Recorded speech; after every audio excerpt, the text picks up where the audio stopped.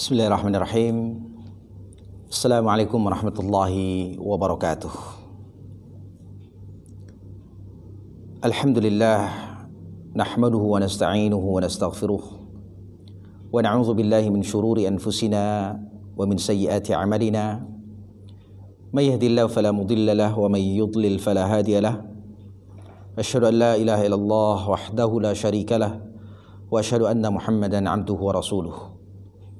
Allahumma salli wa sallim wa barik ala sayyidina Muhammadin wa ala alihi wa sahbihi ajma'in, amma ba'd.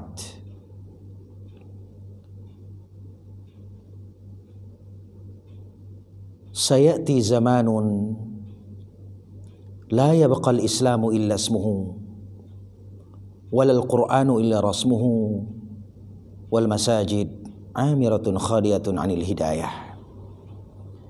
Bakal datang suatu masa di mana nanti Islam itu tinggal namanya saja. Al-Quran tinggal tulisannya saja, dan masjid-masjid banyak dibangun. Begitu megah dan mewah, tetapi jauh daripada hidayah Allah Subhanahu wa ta'ala. Para pemirsa kaum muslimin dan muslimat dimanapun berada, pada kesempatan yang berbahagia ini, sebelumnya marilah kita panjatkan rasa syukur kita kepada Allah Subhanahu wa ta'ala atas segala nikmat hidayah dan taufiknya kepada kita semua hingga mampu melaksanakan puasa Ramadan. Mudah-mudahan Allah Subhanahu wa ta'ala menerima amal ibadah kita. Amin ya rabbal alamin. Salawat beriring salam tidak lupa kita sanjung agungkan untuk kedua kita, Nabi besar Muhammad sallallahu alaihi wasallam. Kaum muslimin wal muslimat yang berbahagia, apa saja peringatan yang terjadi di bulan suci Ramadan? Kalau kita membaca sejarah atau sirah nabawiyah berkaitan dengan bulan suci Ramadan, sungguh menakjubkan. Karena tidak saja diakui oleh penduduk langit kebesaran dan kemegahan yang diberikan oleh Allah Subhanahu wa ta'ala terkait dengan bulan suci Ramadan, tapi juga diakui oleh seluruh makhluk yang ada di muka bumi ini. Oleh karenanya, Ramadan huwa syahrul intisarat, adalah bulan kemenangan di sepanjang sejarah. Bulan barakah, bulan kebaikan, dan bulan rahmat serta ampunan yang penuh dengan keutamaan yang diberikan oleh Allah Subhanahu wa ta'ala kepada kaum muslimin khususnya. Oleh karenanya, beberapa hal yang terkait dengan bulan suci Ramadan, kemuliaan itu ditandai dengan turunnya Al-Quranul Karim. Allah Subhanahu wa ta'ala telah berfirman, Syahrul Ramadan alladhi unzila fihi al-Quran hudan linnasi wa bayyinatin minal huda wal furqan. Bulan Ramadan adalah bulan diturunkannya Al-Quran bagi petunjuk bagi manusia, pemilah antara hak dan batil. Juga dijelaskan di dalam surat Ad-Dukhan, Inna anzalnahu fi lailatin mubarakah. Sungguhnya kami menurunkan Al-Quran pada malam yang diberkahi, yaitu pada bulan suci Ramadan. Di dalam surat Al-Qadar, Allah Subhanahu wa ta'ala juga menjelaskan, Inna anzalnahu fi lailatul qadar. Para pemirsa yang berbahagia, turunnya Al-Quran adalah di bulan suci Ramadan. Juga dijelaskan di dalam sirah, tidak hanya Al-Quran yang diturunkan pada bulan suci Ramadan, tetapi adalah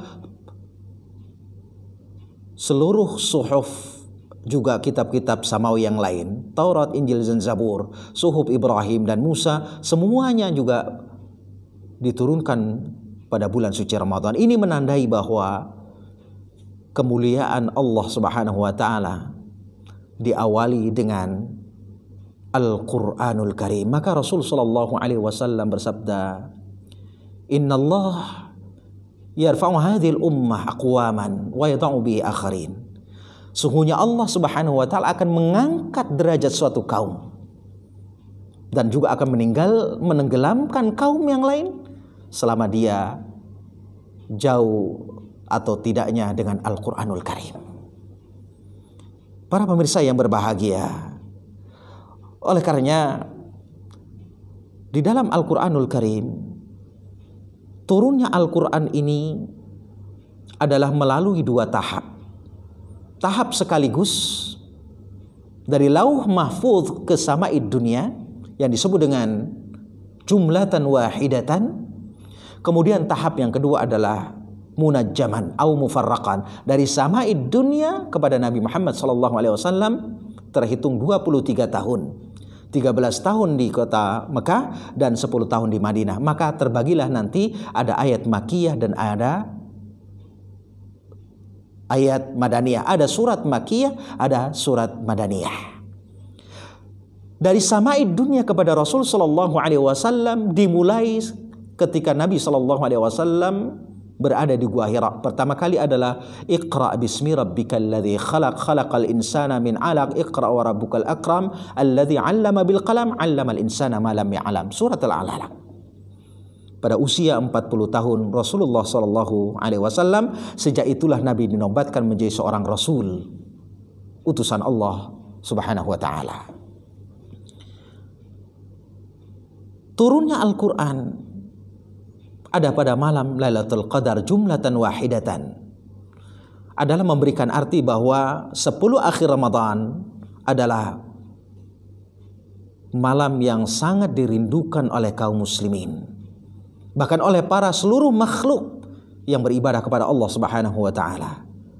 Maka kata Nabi sallallahu alaihi wasallam, "Man qama lailatal qadri imanan wa ihtisaban, ghufira lahu ma taqaddama min dzambi." Siapa yang menegakkan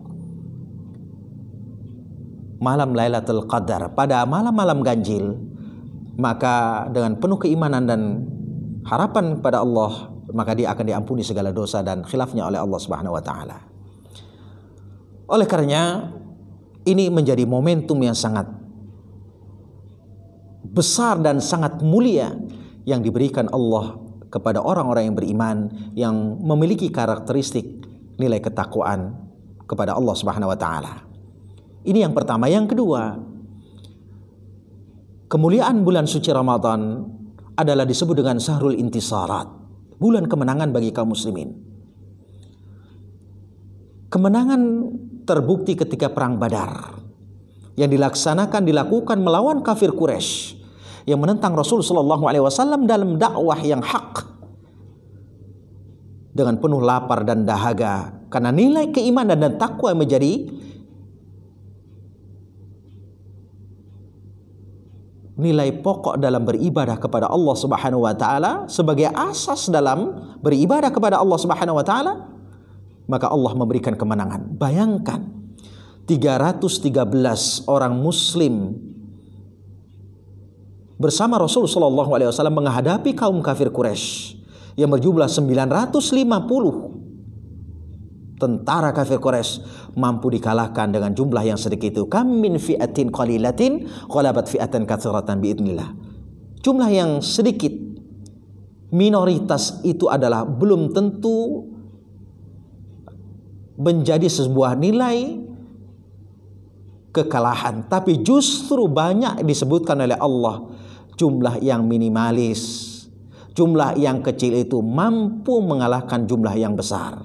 Oleh karenanya ibadah pun demikian, bukan mengejar target yang paling besar, yang paling banyak, tetapi adalah dawamuha wa in qalla, sedikit tapi kontinu, itu akan lebih baik daripada yang besar tapi tidak dia lakukan sekaligus kemudian stagnan dalam ibadah kepada Allah Subhanahu wa taala.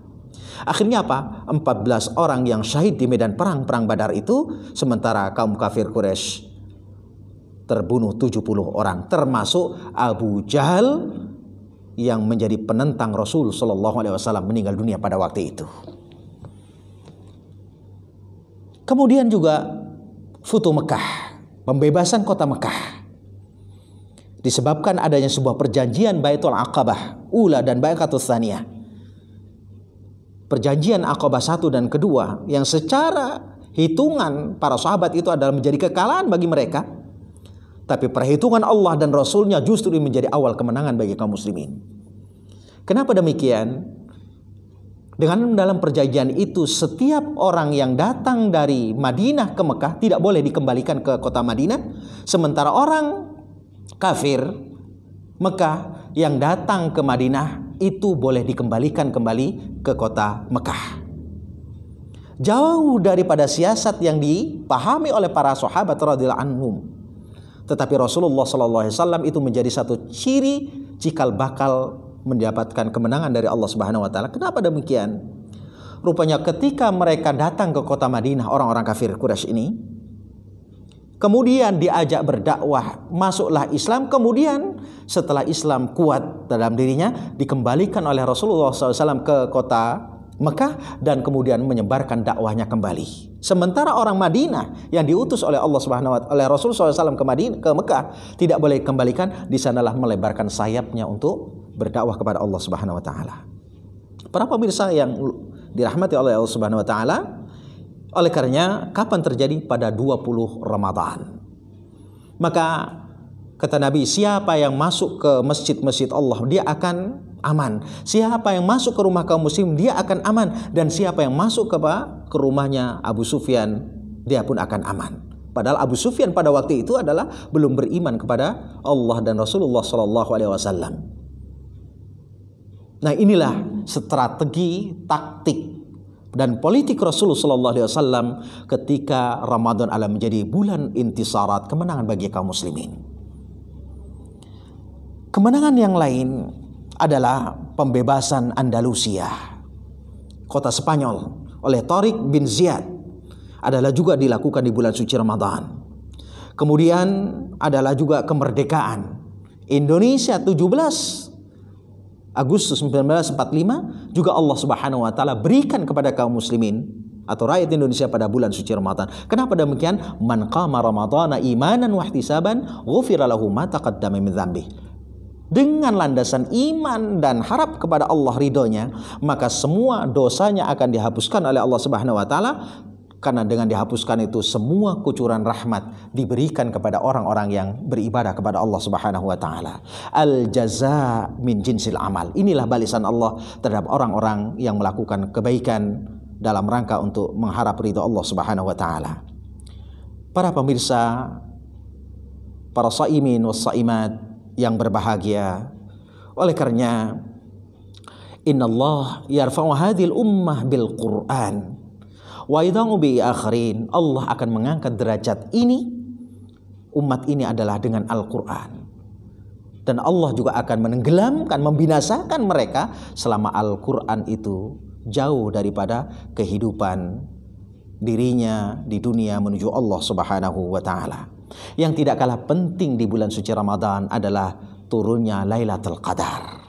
Apa Lailatul Qadar itu? Adalah satu malam sama dengan 83 tahun beribadah kepada Allah Subhanahu wa taala. Siapa yang akan mendapatkannya? Seluruh orang yang berpuasa di bulan suci Ramadan, orang yang tarawih secara berjamaah, orang yang menunaikan suatu kebaikan, bersedekah, berinfak, dan cirinya adalah ayyarji'a khairan mimman kana wa la yu'awidu 'alal ma'asi. Setelah bulan suci Ramadan ibadahnya kembali lebih baik daripada bulan-bulan sebelumnya. Antudhira thamratuhu 'ala saibih, mampu memberikan keteladanan minimal untuk dirinya dan keluarganya. Syukur-syukur untuk bangsa dan negara yang penuh dengan fitnah seperti ini. Dan kata Imam Nawawi yang terakhir, cirinya adalah antazhada fid dunya wa raghiban fil akhirah, selalu optimis terhadap kebesaran Allah dan zuhud terhadap nilai keduniaan yang ada. Ini adalah orang yang akan mendapatkan kemabruran, kebaikan di bulan suci Ramadan dengan Lailatul Qadar itu. Sekalipun para ulama menjelaskan melalui hadis-hadis yang ada, sekalipun hadisnya khilaf antar ulama, ada yang sahih dan ada yang hasan.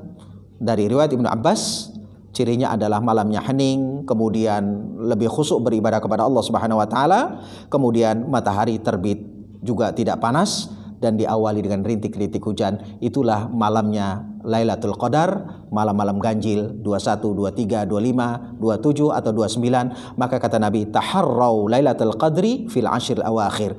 Carilah 10 akhir bulan suci Ramadan pada malam-malam ganjil itu untuk beribadah lebih khusyuk kepada Allah Subhanahu wa taala. Mudah-mudahan Lailatul Qadar kita akan dapatkan bersama, dan mudah-mudahan kita semuanya dimasukkan dalam surga Allah Subhanahu wa taala. Para pemirsa yang berbahagia, mudah-mudahan ini menjadi satu poin penting bagi kita untuk terus beribadah dalam rangka menggapai Lailatul Qadar 10 akhir bulan suci Ramadan. Barakallahu fikum ajma'in. Hadanallahu wa iyyakum ila ihdinas siratal mustaqim. Wassalamualaikum warahmatullahi wabarakatuh.